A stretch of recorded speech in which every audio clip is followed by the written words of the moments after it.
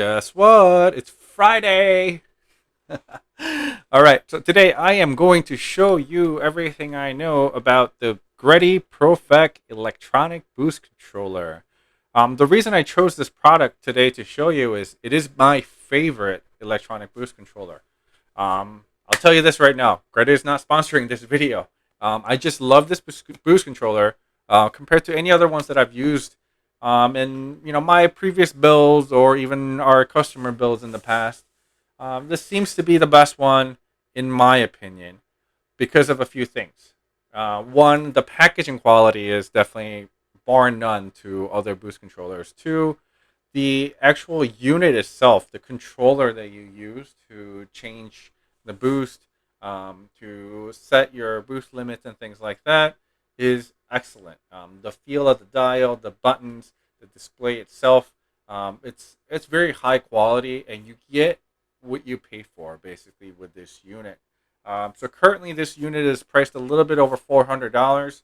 The reason I would choose this unit over any type of manual boost controller is one, it doubles as a boost gauge. So the unit itself not only controls boost, but shows you boost in real time.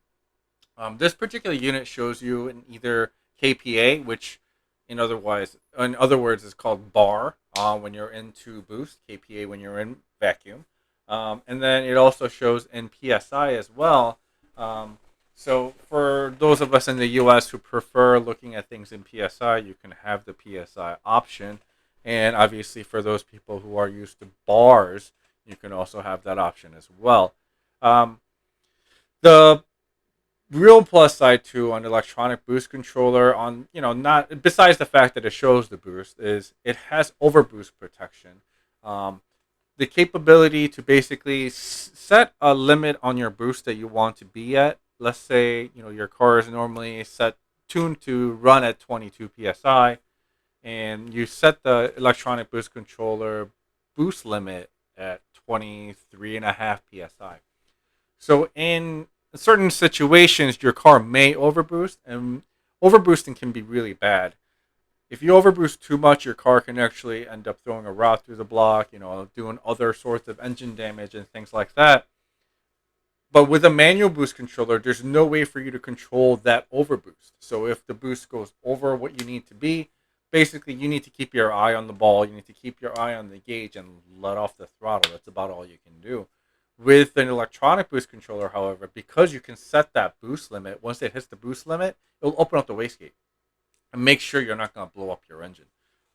So that's a real positive side to it. So if you are considering a manual boost controller, consider upgrading to the electronic for that benefit, and that benefit only. That benefit is huge.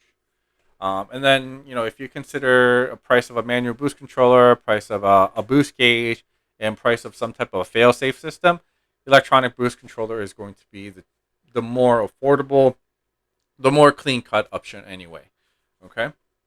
So let me show you what all comes in the box of this GReddy Profec electronic boost controller. So when I first open it up, the first thing you're going to see is the manual. Unfortunately, the manual is in full Japanese. It's not in English. I will actually link the English version in PDF in the descriptions below.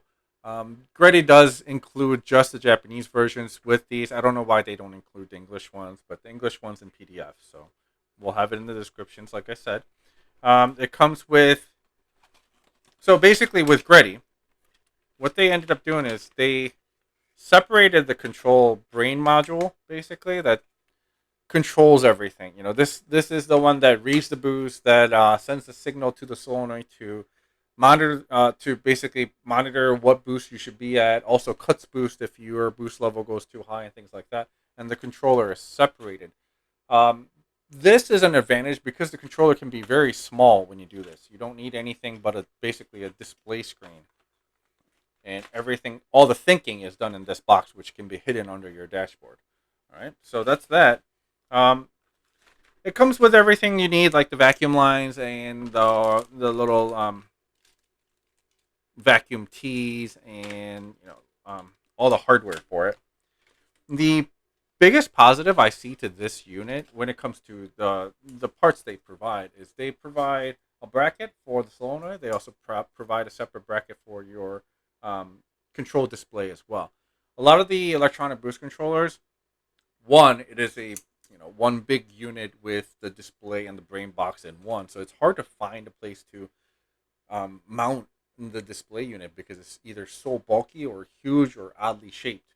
Whereas in this one, it's super skinny, small, so you can put it right onto the dashboard, or if you want to put it on the on top of the dashboard or on top of your steering column, they provide you with a little bracket. Same goes for the solenoid. A lot of the electronic boost controllers, they give you this generic solenoid and say mount it however you can and whatever location you can.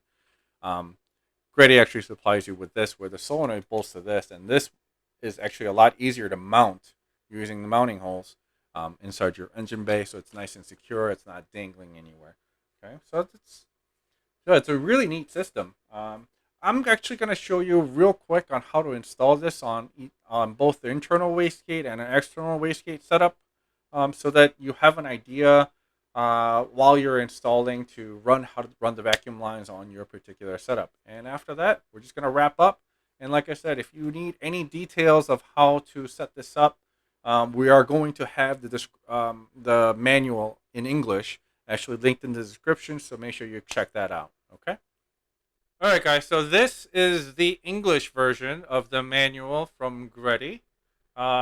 It's a good read. Like, I would definitely read over this if you're first time installing it and also first time using it. It gives you a good diagram of how to install things. Obviously, all the things that are supposed to be in the box.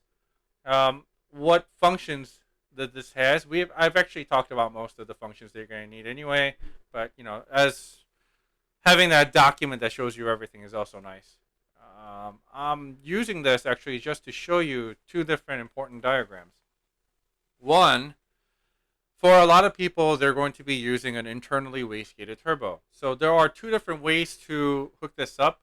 One is for the internally wastegate and one is for externally wastegate. So for internally wastegate, this is what you need to do. The right side, when you're looking at the solenoid, there are three holes. There's one in the front, one in the left, and one on the right. So for an internally wastegated type, the one in the front is going to be left open, and we're going to use the right and the left port. The right port is going to be coming off of your turbos. So this is what they call the turbo compressor pressure source, according to this. That's a mouthful to say. So basically, there's a nipple usually on the housing of the turbo. That's where you take the source, the turbo boost source.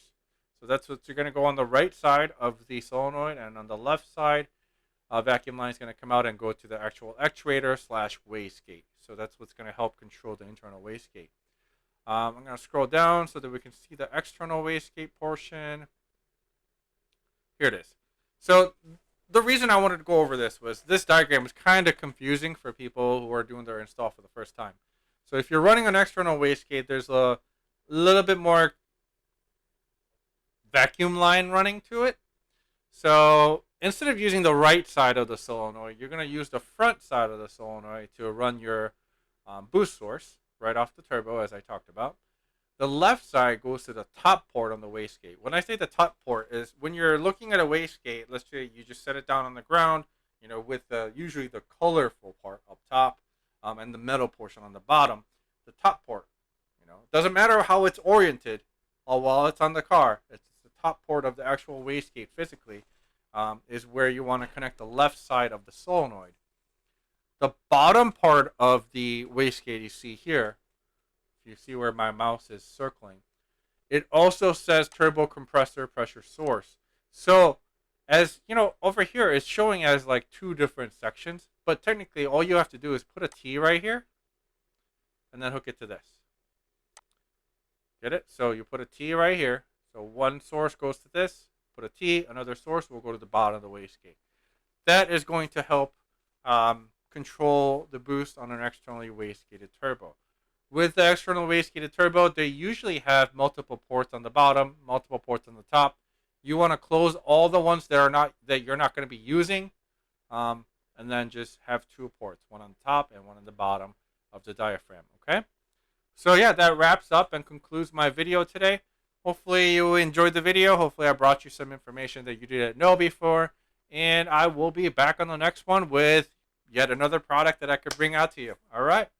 Thanks for watching. Make sure you like, subscribe, and then click that notification bell and share my video with your friends. They're looking for their next boost controller option. So I hope this helps everybody out. All right.